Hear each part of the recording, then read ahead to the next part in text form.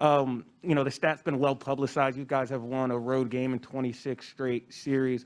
What do you think it is about this core group and then yourself that has allowed you to have so much success in really tough road environments? We've had great talent. We've had great players, and as they've gained playoff experience over the years, they've found a formula, and they believe in themselves, and there's a lot of grit to the group. So that's what it takes to win on the road, and our guys have that. Anthony, over on the right. Yeah, I just was hoping to get the updated statuses on Andre, Gary, and Otto. They're all good to go. We'll go to Joe here in the middle.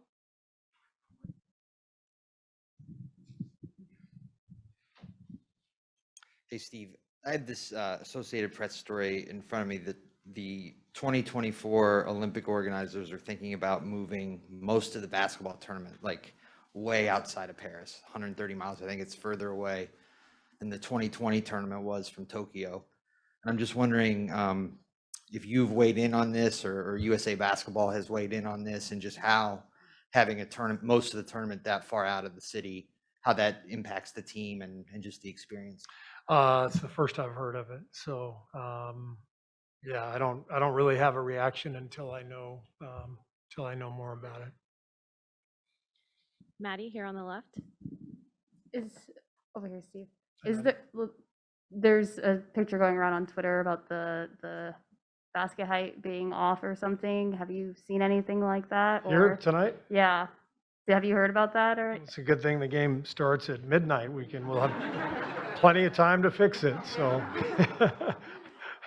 I assume they're fixing it then, right? yeah, they're fixing it Yeah, now, but yeah. I didn't know if you heard anything as you were walking in about that. No, or I if hadn't you heard guys anything about complaining it. It happens every once in a while. Players have a really sharp eye for that. Players can tell. And so I imagine somebody went out there and looked at it, didn't look right. And so as long as they take care of it, then everything's good. We'll go over here on the right. Hi, Manning, CLNS Media. Steve, is there, with the turnovers you forced in Game 2, was that sort of an adjustment to something you saw in Game 1? Anything you guys did specifically to try to ramp up the pressure on them, speed them up? Nothing that we saw. It was just, our own need to play a lot harder and more aggressively defensively. And we did that. And that's what we're expecting from them tonight. So it'll be very important for us to be strong with the ball.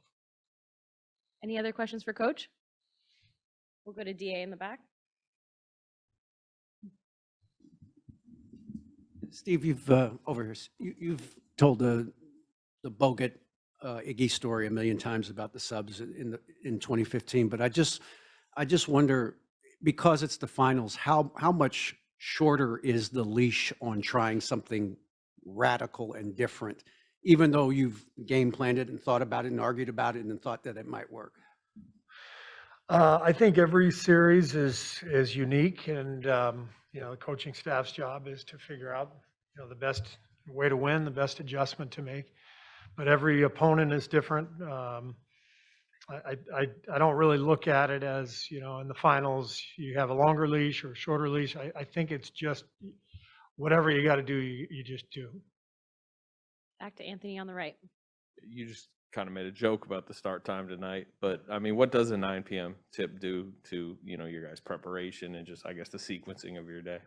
It's just a long day. It's a long day, and we've been through it. I mean, this has been the pattern for years, with ratings and everything. So, East Coast start times are tough, but make sure you have a shoot around and get out of the hotel, and then it's a long wait from there.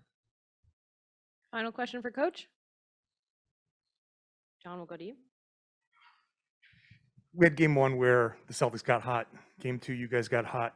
As a guy who was a shooter, can you explain the phenomenon of that contagious shooting where everybody kind of gets going, or everybody is kind of cold at the same time?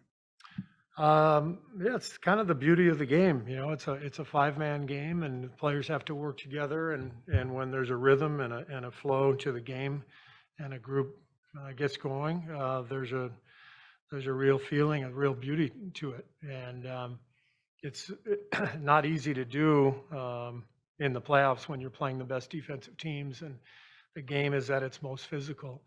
But it's at the same time, your opponent brings out the best in you. You know, when you play the best, it forces you to be your best. And I think we've seen stretches in the first two games where both teams have really been playing at a high level. And that's the whole idea, you know, competition, you know, two teams bringing the best out in one another.